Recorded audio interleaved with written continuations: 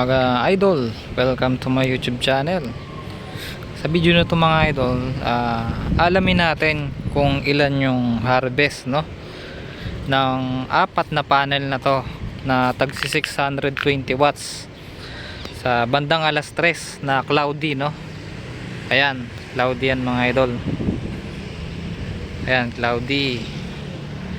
Alas 3 ng hapon ngayong oras na to mga idol Alaman natin kung ilang watts yung kain niya. So kung makikita nyo, malinis naman yung panel natin.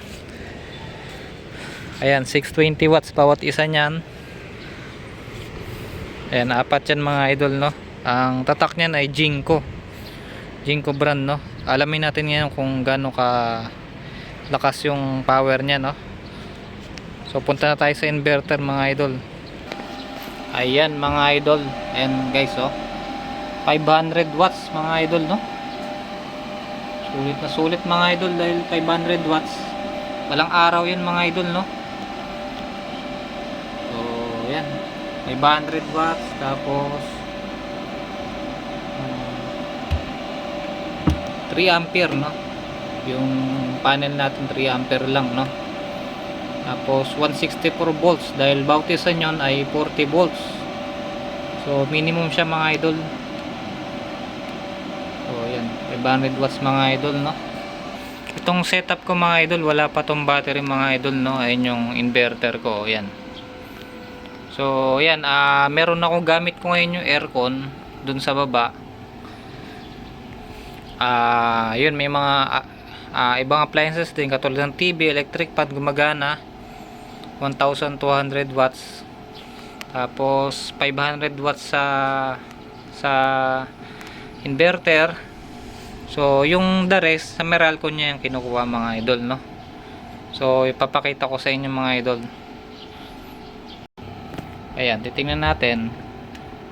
Kita nyo input sa PB 165 volts tapos ang output niya pa rin ay 230 volts dahil nga nakakabit yung Meralco natin. So walang interruption dun sa natin, sa kuryente natin dahil 230 pa rin yung output niya.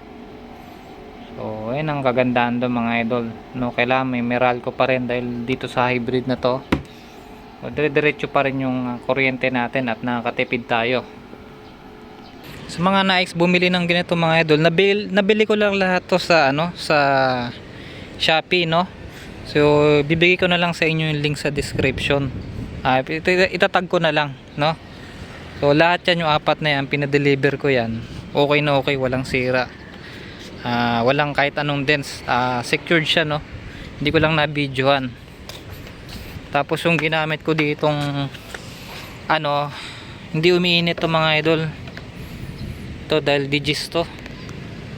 Ayan, kita nyo 3 ampere lang yung yung kaya dahil naka-series to lahat 3 ampere lang yung niya yung ang tawag dito, yung ampere niya doon sa input.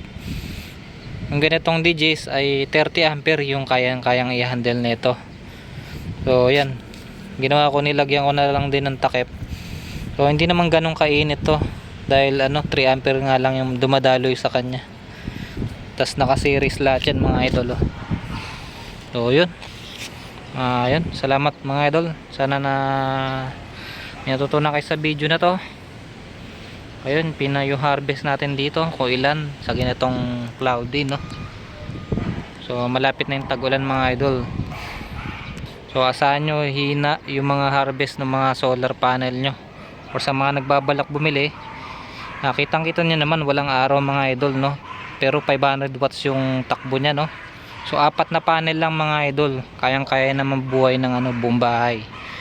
Kahit maaraw man o hindi, kahit umulan pa yan mga idol. Sa ulan mga idol, na testing ko nung nakaraan sa 200 watts yung umuulan-ulan na cloudy. Ngayon kasi maganda yung density mga idol. Wala siyang ulan pero cloudy lang siya. So medyo maliwanag yung niya. Medyo maliwanag yung sa sikat yung density ng araw. So maraming salamat mga idol. Subscribe lang mga idol para sa iba pa nating video.